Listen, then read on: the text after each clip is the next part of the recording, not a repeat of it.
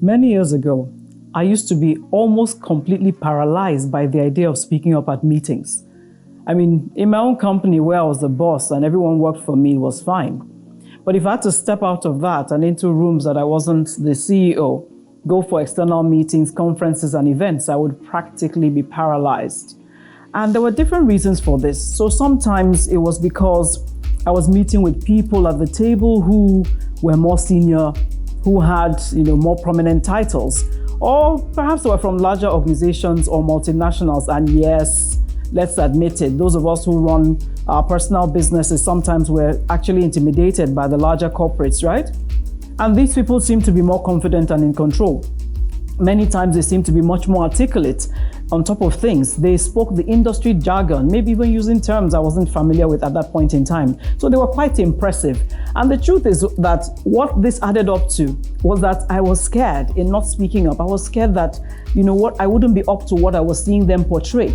I was worried about, being embarrassed by what I might say or not say. And over time, I have journeyed to realize that this is a challenge that many of us face, men and women alike, CEOs alike. And I have also journeyed in this time to a place where I now come to every meeting and every table prepared and determined to speak and add, my own contribution to whatever is being discussed. And this could be you too. So if you're always afraid of speaking up at meetings because of the likelihood that someone might shun you or, just sort of make you look smaller, or sometimes, that imposter syndrome thing, then this video is certainly for you. My name is Joe-Ezigbo, and today I want to speak to you about why and how you should speak up at meetings so that your voice should be heard. So why should you speak up at meetings? Why do you need to do that? Well, first thing is this: your voice needs to be heard because you carry value. I mean, let's face it, you need to see yourself as a vessel that is filled with great ideas, even if they're not relevant in this season. And I think that's an important point to put out there, that sometimes we are shut down or we shut ourselves down because we put out an idea or a comment that wasn't well received at that point in time. Recognize that sometimes your voice is not for that season, but that should never stop you from speaking up. You also need to give expression to the thing that you carry. So all your experiences, all your competencies, all your passion, all your creativity and ideas, they find expression by you speaking up.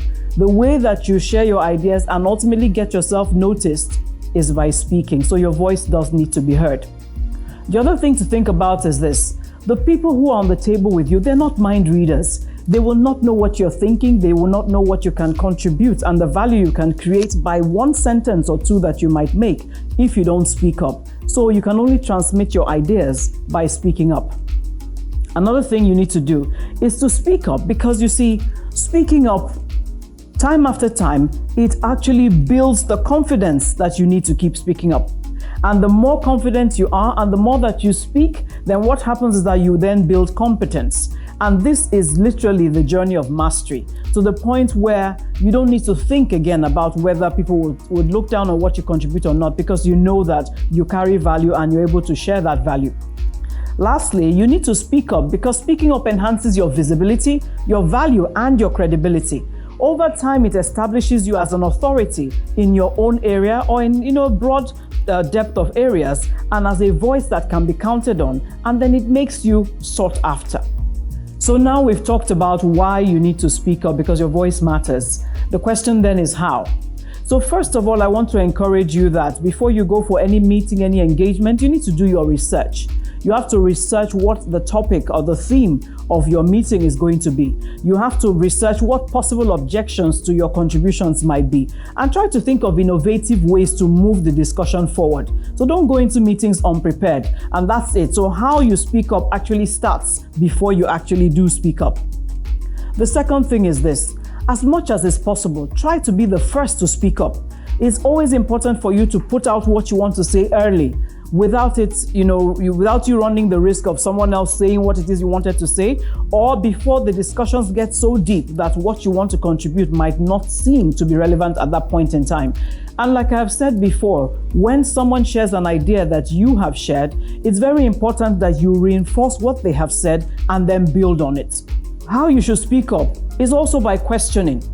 But let me say something here, that I don't believe in asking questions for question's sake.